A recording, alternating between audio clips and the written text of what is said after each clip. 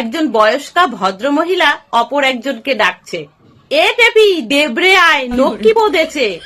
অর্থাৎ কি না, লোকাল ট্রেনের ডেলি প্যাসেঞ্জারদের কথাবার্তায় একটা যে আলাদা রকমের রসবোধ থাকে তারই কিছু উদাহরণ। ট্রেনের ভিতর একজন আরেকজনকে জিজ্ঞাসা করলেন, কি দাদা অফিসে চললেন? ঝাঁঝালো গলায় উত্তর এলো, তা নয় তো কি, সকালবেলা ট্রেনের ভিড় ঠেলে মজা করতে যাচ্ছি নাকি। একটা ট্রেন স্টেশনে দাঁড়িয়ে আছে। একজন লোক হন্তদন্ত হয়ে জানালার পাশে বসে থাকা এক ভদ্রলোককে জিজ্ঞাসা করলেন, ও দাদা, এটা কি সব স্টেশন থামবে? ভদ্রলোক পেপার থেকে চোখ সরিয়ে গম্ভীর স্বরে উত্তর দিলেন, কেন, আপনি কি সব স্টেশনে নামবেন? চলন্ত ব্যান্ডেল লোকালে একজন ট্রেনের হাতল ধরে ছুটতে ছুটতে জিজ্ঞাসা করলেন, দাদা এটা কি ব্যান্ডেল? তৎক্ষণিক নির্বিকার উত্তর ভেসে এলো, না, এটা হ্যান্ডেল। দমদম থেকে সন্ধ্যাবেলায় নারকীয় ভিড় জয় করে একজন একটা ট্রেনের পাদানিতে কোনো রকমে ঠাঁই পেয়েছে। গোটা শরীরের 80% দরজার বাইরে, কেবল এক হাতে একটা হাতল কোনো ক্রমে ধরতে পেরেছেন। ট্রেন গতি নিয়ে নিয়েছে আর তার কানের পাশ দিয়ে পোস্টগুলো সাই সাই করে চলে যাচ্ছে।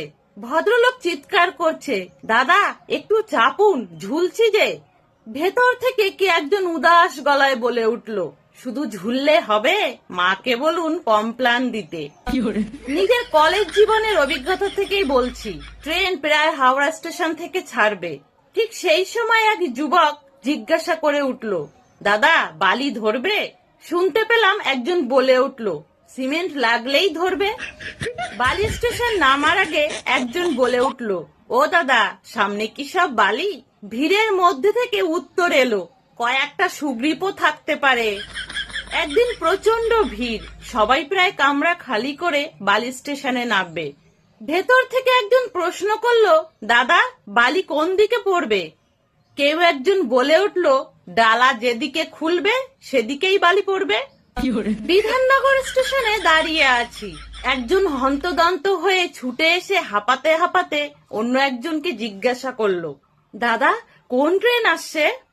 লোকটি নির্বিকার চিত্তে উত্তর দিল, লোকাল ট্রেন। সোনারপুর স্টেশনে একজন বয়স্কা ভদ্রমহিলা অপর একজনকে ডাকছে, এ টেপি দেবরে আয়, নক্কি বোধেছে। অর্থাৎ কি না, এ টেপি দৌড়ে আয়, লক্ষ্মীকান্তপুর লোকালের হর্ন দিচ্ছে। শেষমেশ মেট্রোর রোজকার একটা ঘটনা বলি। রবীন্দ্র সরোবর ছাড়ার পর, দাদা আপনি কি উত্তম কুমার? না, আমি ক্ষুদিরাম। তাহলে একটু সাইড দেবেন দাদা, আসলে আমি উত্তম কুমার। পেছনে মাস্টারদা নেতাজিও আসছেন। তাহলে বন্ধুরা, এই ছিল আজকের একটা ছোট্ট মজার গল্প।